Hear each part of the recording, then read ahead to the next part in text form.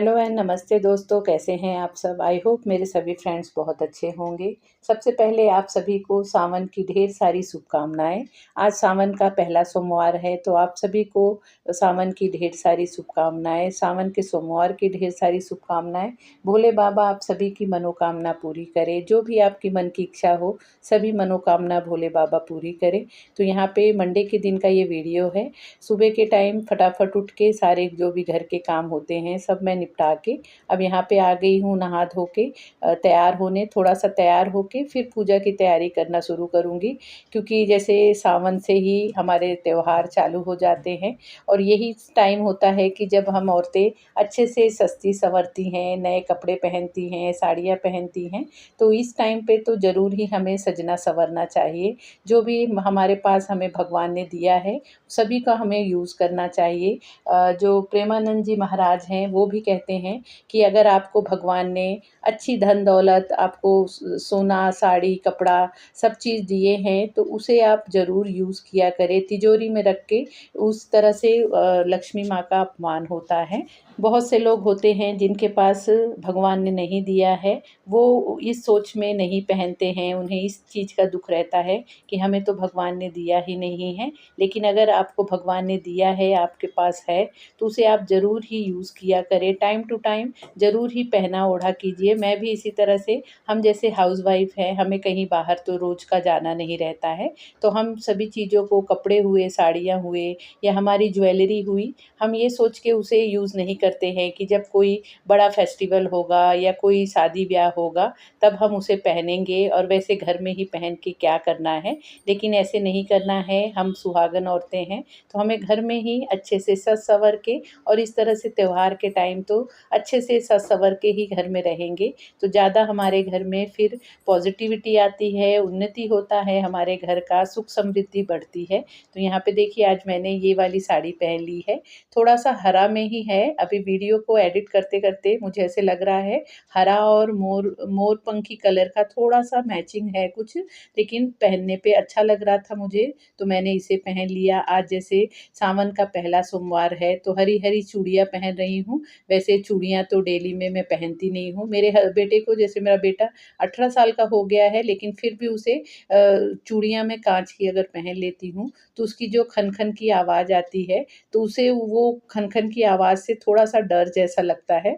तो मैं इसलिए ज़्यादा कांच की चूड़ियाँ पहनना अवॉइड ही करती हूँ। लेकिन अभी आज मैंने सोच रखा है कि अब सावन भर तो पूरा ये हरी वाली चूड़ियाँ ज़रूर ही पहन के रखूँगी दोनों हाथ में। तो यहाँ पे थोड़ा सा सज संवर ले रही हूँ। सज संवरना मतलब ज़्यादा मुझे मेकअप करना तो नहीं पसंद है। जो भी थोड़ा बहुत जैसे क्रीम लगा लिया, लिपस्टिक लगा ली, सिंदूर, टिकली, तो वही सब तैयार होके फिर भोले बाबा की पूजा की तैयारी करना शुरू करूँगी। यहाँ पे मैं आ गई हूँ मेरे मंदिर के पास और मंदिर के पास पहले आते ही मैं भगवान जी को प्रणाम करती हूँ। और यहाँ पे मंदिर में एक लाइट मेरी तो मतलब 24 घंटे ही जलती रहती है, लेकिन जो मल्टी कलर वाली लाइट है वो सुबह शाम पूजा के टाइम ही 3-4 घंटे के लिए जलाती हूँ, फिर बाद में उसे बंद कर देती हूँ। तो उसे जला लिया है और उसके बाद सबसे पहले मैं अपने ऊपर गंगा जल छिड़कती हूँ।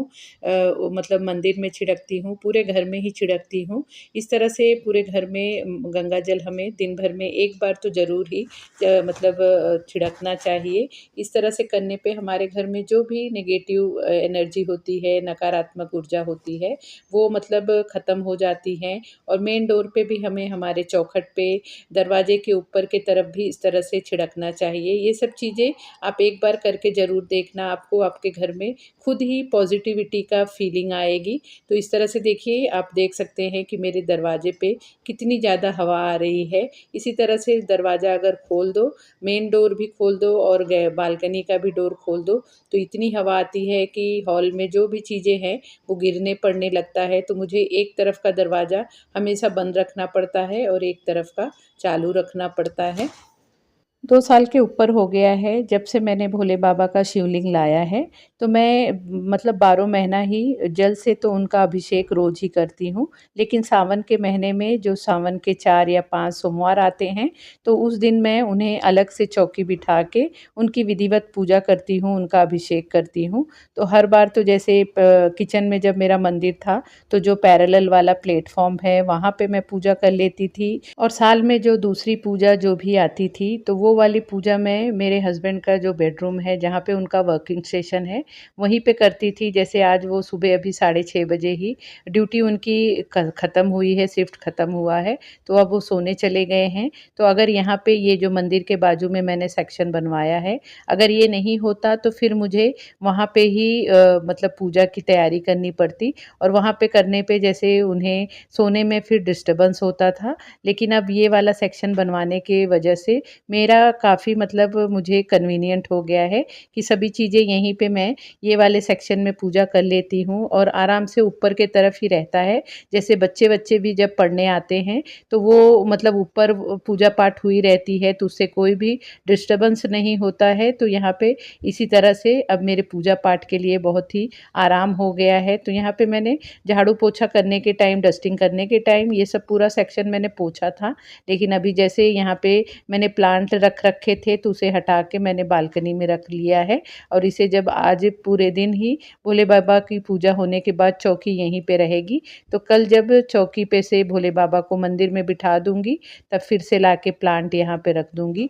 तो पहले तो मैंने ये वाली चौकी यहाँ पे रखी, लेकिन बाद में ऐसे लगा इस चौकी पे सभी चीज़ें अच्छे से एडजस्ट नहीं होगी, तो फिर मैंने बड़ी वाली चौकी रख दी और यहाँ पे मंदिर के नीचे जो भी चीज़ें जैसे रेगुलर में जो पूजा होती है उसकी तो चीज़ें पूरी मेरी ड्रॉवर में है, लेकिन जो इस तरह से कभी-कभार वाली पूजा होती है, तो उसकी सभी चीज़ें नीचे ही रख रखी हूँ, तो वो भी आराम से लेके एक बार में ही सभी चीज़ें याद करके ले लूँगी, तो बार-बार जैसे उठना-बैठना नहीं पड़ेगा।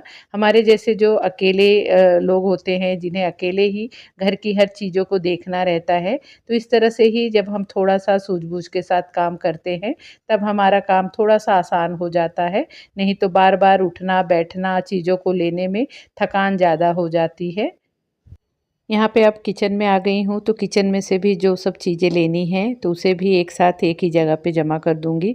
तो मैं पंचामृत जैसे बना के अभिषेक नहीं करती हूँ, हर चीज़ को अलग-अलग ही ले लेती हूँ, दूध, दही, शक्कर, घी और शहद, तो उसे अलग-अलग लेके ही मैं अभिषेक करती हूँ। तो यहाँ पे दूध और दही मतलब साफ़ नहीं था, तो मैंने कल जाके मतलब साफ़ छोटे-छोटे पैकेट ही दूध के और दही के ले लिए थे। दही तो जमाया हुआ था, लेकिन वो जूठा हो गया था, तो इसलिए फिर मैंने इस तरह से ला दिया है। तो ये 2-4 दिन मतलब अलग ही से रख दूँगी, तो 2-4 दिन अभिषेक करने के लिए काम में आ जाएगा। तो इस तरह से अब ये सब चीज़ें रख लूँगी और जो भी फूल हुआ, धतूर हुआ और बेलपत्र हुआ, इन सभी को भी एक जगह पे ही एक साथ ले लूँगी। इस तरह से फूल-वूल मैं एक साथ लाके जब रख देती हूँ, तो मुझे पूजा-वूजा करने में ज़्यादा मतलब अच्छा लगता है। फूल नहीं रहता है, तो फूल के बिना पता नहीं मुझे पूजा अधूरी जैसी लगती है। मुझे खुद को जैसे मन को एक जो सैटिस्फैक्शन मिलता है पूजा करने के बाद, वो नहीं मिलता है। तो मैं कोशिश करती हूँ कि हमेशा ही फूल मेरे घर में इतने रहें कि पूजा के टाइम मुझे वो चढ़ाने के लिए काम में आ जाए। और फूलों को भी जैसे हम लाते हैं, तो इसे धो के तो रख नहीं सकते, नहीं तो फूल खराब हो जाएँगे।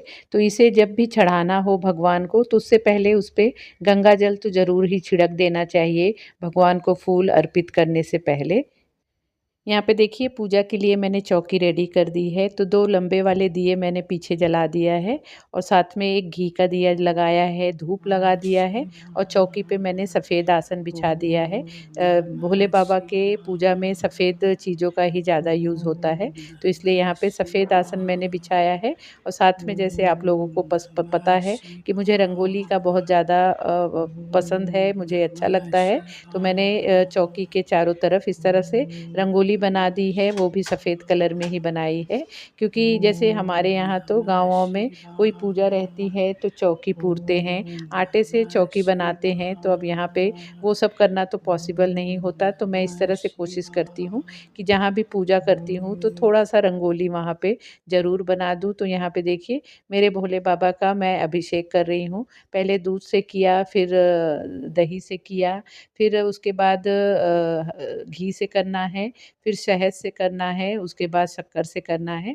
इस तरह से ही मतलब सीरियल वाइज़ ही करना होता है। ये सब भी चीज़ें जैसे धीरे-धीरे पता चली है वैसे ही मैं करने की कोशिश करती हूँ। मैंने डिटेल में वीडियो मेरे इस सावन के सोमवार की पूजा की मैंने काफ़ी बार शेयर की है, लेकिन जैसे अभी नए जो भी मेरी बहनें हैं मेरे चैनल के साथ जुड़ रही हैं तो उनके लिए मैं फिर से ये वीडियो शेयर कर रही हूँ। तो यहाँ पे इस तरह से मैं एक मतलब थाली में पहले इस तरह से पंचामृत का अभिषेक कर लेती हूँ और इस पंचामृत को अलग एक थाली में कटोरी में ले लेती हूँ और इस पंचामृत को हम प्रसाद के रूप में सभी ग्रहण कर लेते हैं। और उसके बाद फिर से मैं जल से और यहाँ पे इस तरह से चंदन से उनका अभिषेक करती हूँ। जैसे कहते हैं कि शंकर भगवान ने विष धारण किया है, तो इस तरह से ठंडी चीज़ें उन्हें जब हम मतलब चढ़ाते हैं तो उससे वो ज़्यादा प्रसन्न होते हैं। तो इस तरह से ठंडी चीज़ों का ही अभिषेक किया जाता है। बहुत सारी चीज़ों से अभिषेक किया जाता है, जैसे गन्ने का रस हुआ, अनार के दानों का रस हुआ। तो अब तो पूरे मतलब महीने ही सावन है, तो कभी भी हम ये सब चीज़ें चढ़ा सकते हैं, उसी से उनका मतलब अभिषेक कर सकते हैं। अभिषेक कर लेने के बाद फिर उन्हें मैंने अलग से अच्छे से साफ़ थाली पे उन्हें इस तरह से विराजमान कर दिया है। एक बड़ी सी कटोरी पे उन्हें विराजमान किया है, क्योंकि मेरे भोले बाबा का जो शिवलिंग है वो आप देख सकते हैं छोटा-सा है। तो अब यहाँ पे उनका मैं श्रृंगार कर दूँगी। जैसे श्रृंगार में उन्हें इत्र लगाना हुआ, वस्त्र चढ़ाना हुआ, टीका लगाना हुआ, फिर जो भी बेलपत्र हुए, धतूर हुए, मदार के फूल हुए, सभी यहाँ पे चढ़ा दूँगी।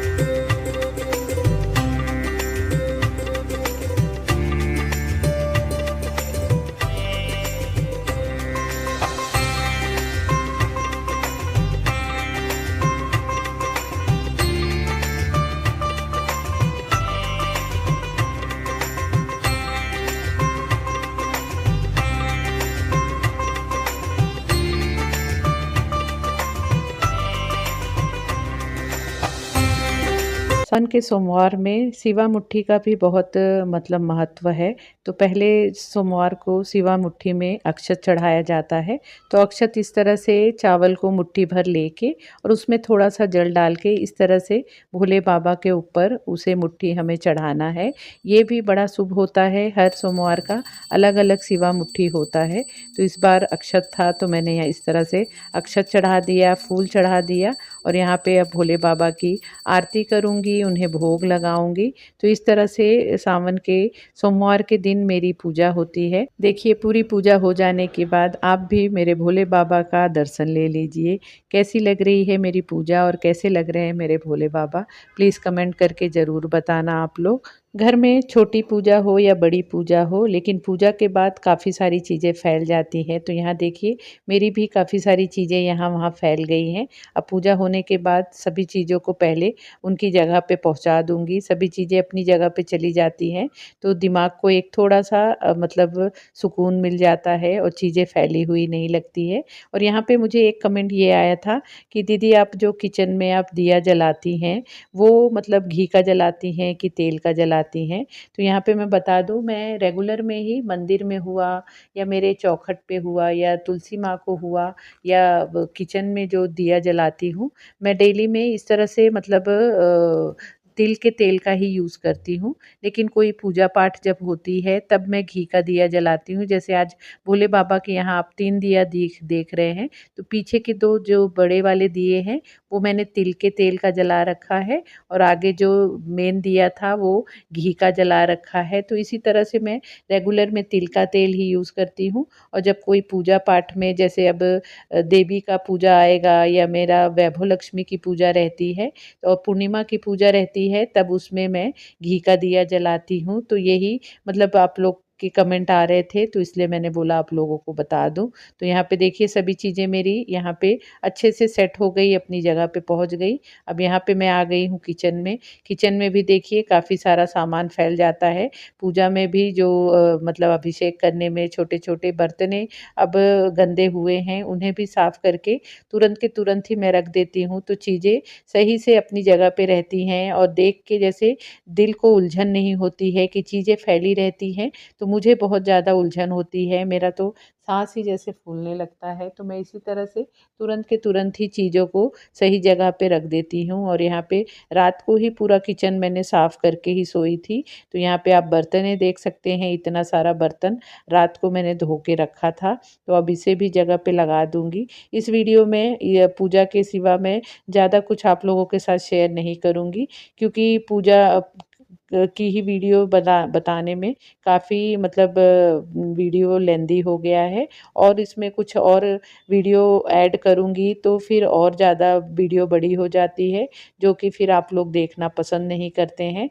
तो इसलिए इस वीडियो को यहीं पे एंड करूँगी। सो फ्रेंड, इस तरह से था मेरा पूजा पाठ की सोमवार की पूजा की वीडियो। आई होप आपको वीडियो अच्छी लगी होगी, आपको पसंद आई होगी। आपको वीडियो कैसी लगी प्लीज़ कमेंट करके ज़रूर बताना। वीडियो अच्छी लगी हो तो वीडियो को लाइक शेयर भी ज़रूर करना। और अगर आप अभी तक चैनल को सब्सक्राइब नहीं किए हैं तो प्लीज़ चैनल को भी ज़रूर सब्सक्राइब कर लेना। तो मिलते हैं फिर नए वीडियो में। Bye bye.